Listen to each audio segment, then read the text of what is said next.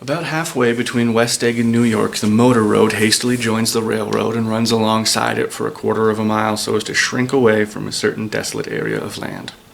This is a valley of ashes, a fantastic farms where ashes grow like ridges in wheat, or ashes grow like wheat into ridges and hills and grotesque gardens, where ashes take the form of houses and chimneys, and finally, with transcendent effort, of ash-gray men who move dimly and already crumbling through the powdery air.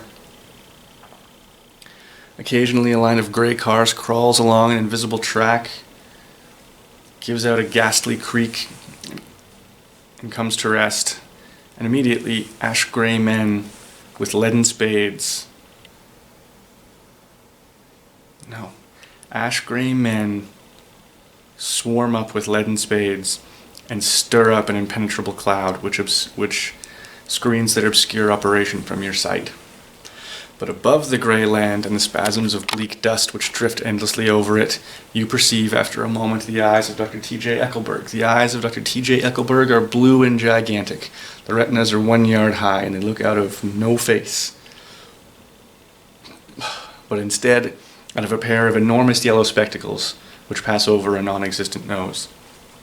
Evidently some wild wag of an oculist set them there to fatten his practice in the borough of Queens, and then sank down himself into eternal blindness, or else forgot about them and moved away. But his eyes, dimmed a little by many paintless days under sun and rain, brood on over the solemn dumping ground. The Valley of Ashes is bounded on one side by a small foul river, and when the drawbridge is up to let the barges through, passengers in the waiting train can stare at the dismal scene for as long as half an hour. There is always a halt here of at least a minute, and it is because of this that I first met Tom Buchanan's mistress. The fact that he had one was insisted upon wherever he was known. His acquaintances resented the fact that he turned up in popular cafes with her, and leaving her at a table, sauntered about chatting with whomsoever he knew. I had no desire to meet her. Though I wanted to see her, I had no desire to meet her. But I did. I went up to New York with Tom on the train one afternoon, and as we stopped by the ash heap, he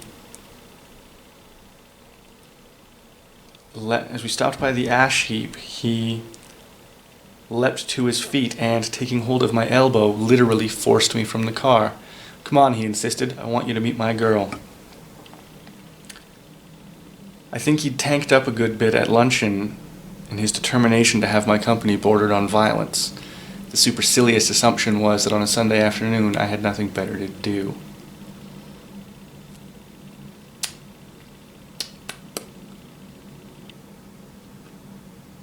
I followed him over a low, whitewashed railroad fence and back along the road 100 yards or so under Dr. Eckelberg's persistent stare. The only buildings in sight was a small block of yellow bricks on the edge of the wasteland, a sort of main street ministering to it and contiguous to absolutely nothing. One of the buildings it contained was for rent, and another was an all-night restaurant approached by a trail of ashes. The third was a garage. Repairs. George B. Wilson, cars bought and sold. And I followed Tom inside. The interior was unprosperous and bare. The only car in sight was the dust-covered wreck of a Ford that crouched dimly in a corner. It had occurred to me that this shadow of a garage must be a blind, and that sumptuous and romantic apartments were concealed overhead, when the proprietor himself appeared in the doorway of an office, wiping his hands on a piece of waste. A damp gleam of hope sprang into it. No, he was a blonde man. He was a blonde, spiritless man, anemic and faintly handsome. A damp gleam of hope sprung into his light blue eyes when he saw us. When he saw us, a damp gleam of hope sprang into his light blue eyes. "Hello, Wilson, old man," said Tom, slapping him jovially on the shoulder. "How's business?" "I can't complain," said Wilson unconvincingly. "When are you going to sell me that car?" "Next week," said Tom. "I've got my man working on it now." "Works pretty slow, don't he?" "No, he doesn't. said Tom coldly. And if you feel that way about it, maybe I should sell it somewhere else after all. I didn't mean that, said Wilson hurriedly, his voice trailing. Wilson said hurriedly, his voice trailed off. Tom glanced impatiently around the garage. Then I heard footsteps on the stairs, and the thickish figure of a woman blocked out the light from the office doors. She was in her middle 30s and faintly handsome. No, she was in her middle 30s and faintly stout, but she carried her flesh sensually, as some women can. Her face, above a dark blue dress of spotted crepe de chine, contained no facet or gleam of beauty, but there was a vitality about her, as if all the nerves of her body were continually smoldering. She smiled slowly and, walking through her husband as if he were a ghost, shook hands with Tom, looking him flush in the eye. She wet her lips and spoke to her, and without turning around, spoke to her husband in a low, coarse voice. "Get some chairs, why don't you, so someone can sit down." "Oh, sure," Wilson said hurriedly, and went off towards the office door, mingling immediately with the cement color of the walls. A white ashen dust veiled his hair and his dark suit, as it veiled everything in the area, except his wife, who moved closer to Tom. "I want to see you," he said. "Get on the next train." "All right. We'll meet you on the lower level by the newsstand." By the newsstand on the lower level. She nodded and moved away from Tom just as George Wilson appeared at the office door with 2 chairs. We waited for her down the road and out of sight. It was a few days before the 4th of July, and we watched a gray, scrawny Italian child setting torpedoes along the railroad track. "Terrible place, isn't it?" said Tom, exchanging a frown with Dr. Eckelberg. "Awful," I said. "It does her good to get away. Doesn't her husband object? Wilson, he thinks she goes to see her sister in New York. He's so dumb he doesn't know he's alive." And so, Tom Buchanan, his girl, and I went together up to New York. Or not quite together, for Mrs. Wilson sat discreetly in another car. Tom deferred that much to the sensibility of those East Eggers who may have been on the train. She had changed her dress to a brown-figured muslin, which stretched tight over her rather wide hips as Tom helped her down to the platform in New York. At the newsstand, she bought a copy of the Town Tattle and the Broadway Scandal sheets, and at the drugstore, she bought a small flask of perfume and some cold cream.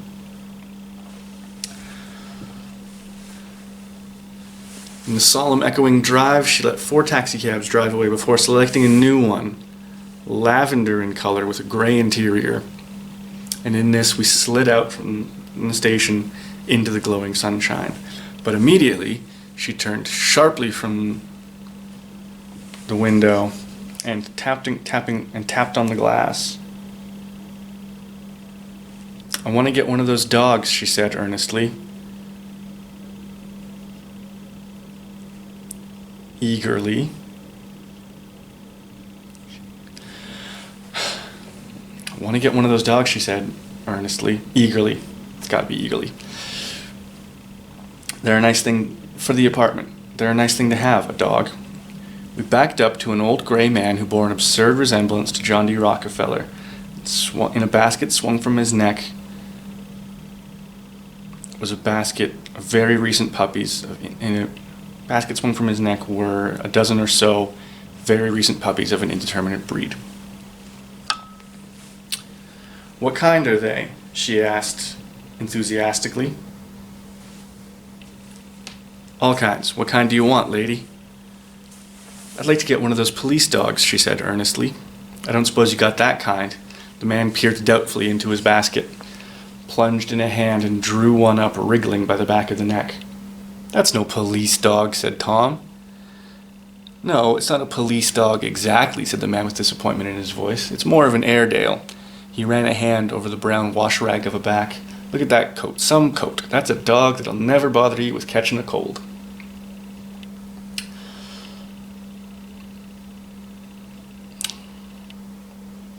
The Airedale, undoubtedly there was some Airedale mixed up in it somewhere, though its paws were shockingly white, changed hands and settled down in Mrs. Wilson's lap.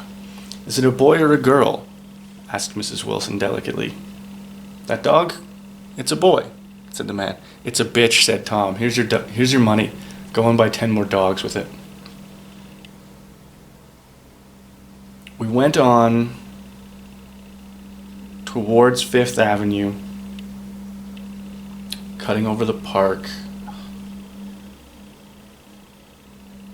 We went on towards Fifth Avenue, warm and soft, almost pastoral on a summer Sunday afternoon. I wouldn't have been surprised to see a great flock of white sheep turn the corner. We went on over the park towards... No. "Hold on," I said. "I've got to leave you here." "No, you don't," interposed Tom quickly. "Besides, Myrtle will be hurt if you don't at least come up to the apartment, won't you, Myrtle?" "Come on," she said. "I'll telephone my sister Catherine. She's said to be quite beautiful by people who ought to know." We went on towards the West Hundreds to 158th Street and pulled up to one slice in a long white cake of apartment houses. Throwing a regal homecoming glance around the neighborhood, Mrs. Wilson gathered up her dog and her other purchases and went haughtily in. "I'm going to have the McKees come up," she announced as we rose in the elevator. "And of course I've got to call up my sister." The apartment was on the top floor. A small living room, a small dining room, a small bedroom, and a bath.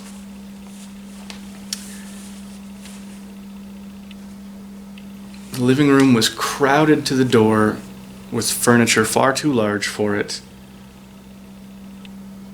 With tapestried furniture far too large for it, so that to move about was to stumble continuously over scenes of ladies swinging in the gardens of Versailles.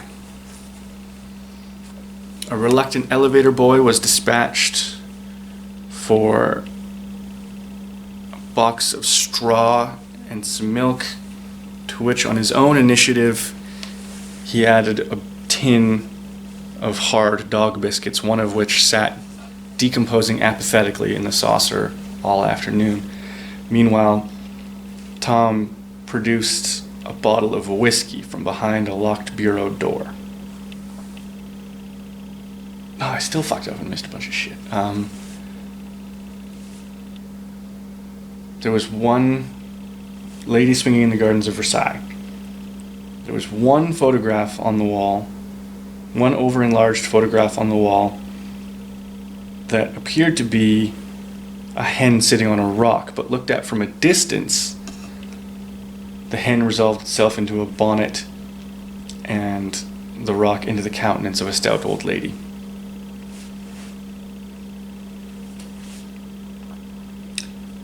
And then all the stuff with the dog. Blah, blah,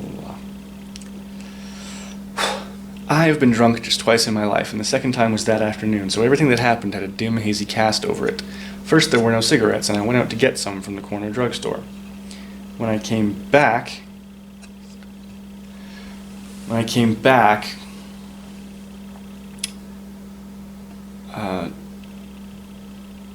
Tom and Miss Wilson had disappeared. So I sat down discreetly in the living room and read a chapter of Simon Called Peter. Either it was terrible stuff, or either the whiskey was distorting things, or it was terrible stuff because I couldn't make sense of any of it.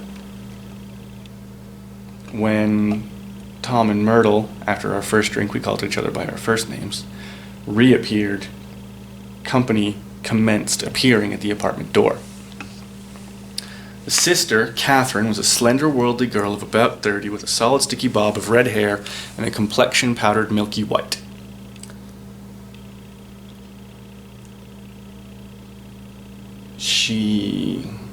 The eyebrows had been plucked and drawn on again at a more rakish angle, but the efforts of nature towards the restoration of the old alignment gave a blurred air to her face.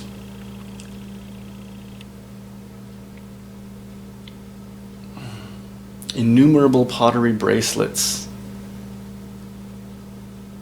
jangled up and down her arms as she moved. She came in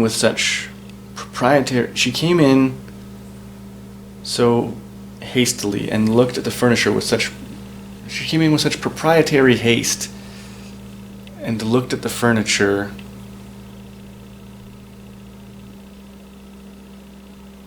in some way that I wondered if she lived there. When I asked this, however, she repeated my question aloud, laughed immoderately, and said that she lived in an hotel with a girlfriend. Mr. McKee was a slender, feminine man from the flat below. He had just shaved, and there was a spot of white lather on his cheek, and he was most respectful in his greetings to everyone in the room. He told me that he was in the artistic game, and I gathered later that he was a photographer.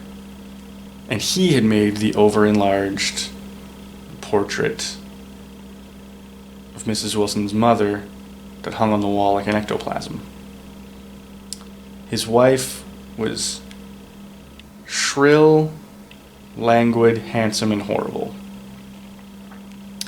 And she told us proudly that she had been photographed 127 times since they had been married.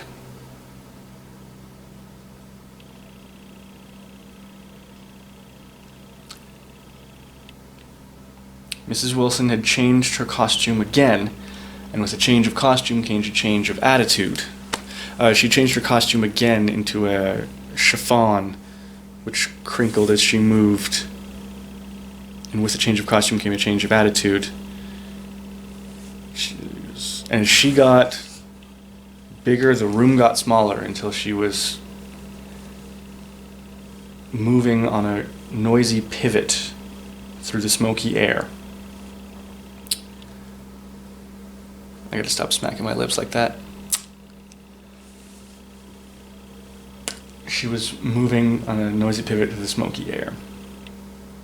These fellas all want one thing. These fellas will cheat you every time. They're all after one thing.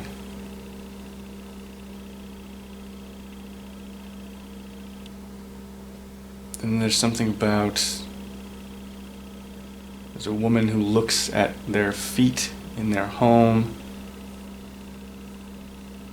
and then Mrs. McKee says, "I love you in that dress." "This thing," said Mrs. Wilson, deflecting the compliment, "it's just this crazy thing, it's just something I throw on when I don't know what else to wear. But it looks so good on you," pursued Miss McKee. "If Chester could get you in that pose, I think he could really do something with it." We all looked in silence. So that's a little better than last week. And I'm going to stick with this, and I'm focusing on doing at least one a week of just chapter 2. Peace.